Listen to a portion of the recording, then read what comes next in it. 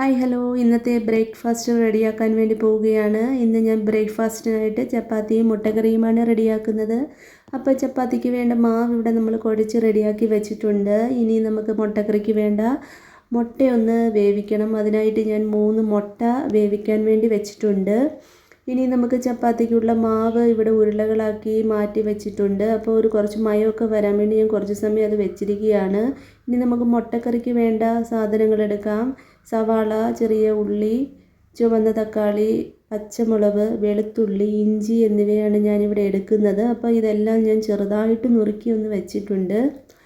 അപ്പോൾ ഈ ഒരു പച്ചക്കറി നമ്മൾ മുട്ടക്കറിക്ക് വേണ്ട സാധനങ്ങളൊക്കെ ഒന്ന് വഴറ്റണം. അപ്പോൾ അതിനായിട്ട് ആദ്യം പാത്രത്തിൽ എണ്ണ ചൂടാക്കി അല്പം ഉലുവ ഞാൻ പൊട്ടിക്കുന്നുണ്ട്. മുട്ടക്കറിയൊക്കെ വെക്കുമ്പോൾ ഞാൻ കടുവിന് മുൻപ് കുറച്ച് ഉലുവ പൊട്ടിക്കാറുണ്ട്. അതിനുശേഷം ഞാൻ കടുകും ഇട്ട് കറിവേപ്പിലയും കൂടെ ഇട്ടിട്ട് ഇനി ആ ഉള്ളിയെ നമുക്ക് അതിലേക്ക് ഇട്ടൊന്ന് വഴറ്റിയെടുക്കണം. അപ്പോൾ ഈ ഉള്ളി ഒന്ന് നന്നായിട്ട് വഴണ്ട് കിട്ടണം. അപ്പോൾ മുട്ടക്കറി നല്ല ടേസ്റ്റ് ആവണമെങ്കിൽ ഉള്ളി നന്നായിട്ട് അത് വഴണ്ടിരിക്കണം. അപ്പം ഇത് അല്പനേരം ഒന്ന് വഴറ്റാൻ വേണ്ടി ഞാനിതൊന്ന് അടച്ച് വെക്കുകയാണ്. അപ്പോൾ ഈ സമയത്ത് നമ്മുടെ ചപ്പാത്തി ഞാൻ പരത്തി വെച്ചിട്ടുണ്ട്. അങ്ങനെ ചപ്പാത്തി പരത്തി റെഡിയാക്കി വെച്ചു. ഈ സമയത്ത് ഉള്ളി നന്നായിട്ട് വഴണ്ട് വന്നിട്ടുണ്ട്. ഇനി അതിലേക്ക് കുറച്ച് മഞ്ഞൾപ്പൊടി, അല്പം മുളക് പൊടി, അപ്പോൾ എരി വേണമെങ്കിൽ നമ്മളത് ആവശ്യത്തിന് മുളക് പൊടി ചേർക്കുക. കുറച്ച് മല്ലിപ്പൊടി, പിന്നെ അതേപോലെ കുറച്ച് ഗരം മസാല പൊടിച്ചത് ഇവ ഒന്ന് ചേർക്കുന്നു. അപ്പം ഇതെല്ലാം കൂടെ ഒന്നിട്ട് ഒന്നുകൂടി നമുക്കൊന്ന് വഴറ്റേണ്ടതായിട്ടുണ്ട്.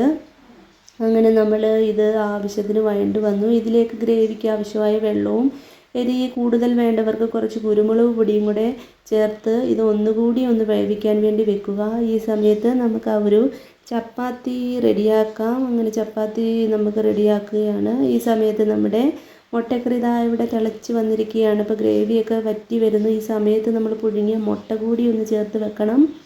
അങ്ങനെ ഈ മുട്ട വെച്ചതിന് ശേഷം നമ്മൾ ഒരു 5 മിനിറ്റ് കൂടി ഒന്ന് അടച്ചിട്ടൊന്ന് വേവിക്കുകയാണെങ്കിൽ ഒന്നുകൂടെ ടേസ്റ്റ് കൂടുതലായിരിക്കും. അങ്ങനെ മുട്ടക്കറി റെഡിയായി.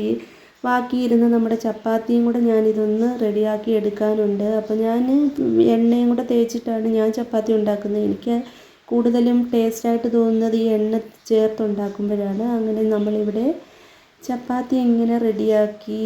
അങ്ങനെ നമ്മുടെ ബ്രേക്ക്ഫാസ്റ്റ് ഞാനിവിടെ റെഡിയാക്കി വെച്ചിരിക്കുകയാണ്. അപ്പം ചപ്പാത്തി എടുത്തിട്ടുണ്ട്. ഇനിയും നമ്മുടെ മുട്ടക്കറി, അതായത് ചപ്പാത്തിയുടെ കോമ്പിനേഷൻ എപ്പോഴും നല്ല മുട്ടക്കറി തന്നെയാണ്. അപ്പം മുട്ടക്കറിയും കൂടെ കൂട്ടി നമുക്ക് ഇന്നത്തെ ബ്രേക്ക്ഫാസ്റ്റ് കഴിക്കണം. അപ്പോൾ എല്ലാവർക്കും ഇഷ്ടമായെന്ന് വിചാരിക്കുന്നു. Tata, thank you.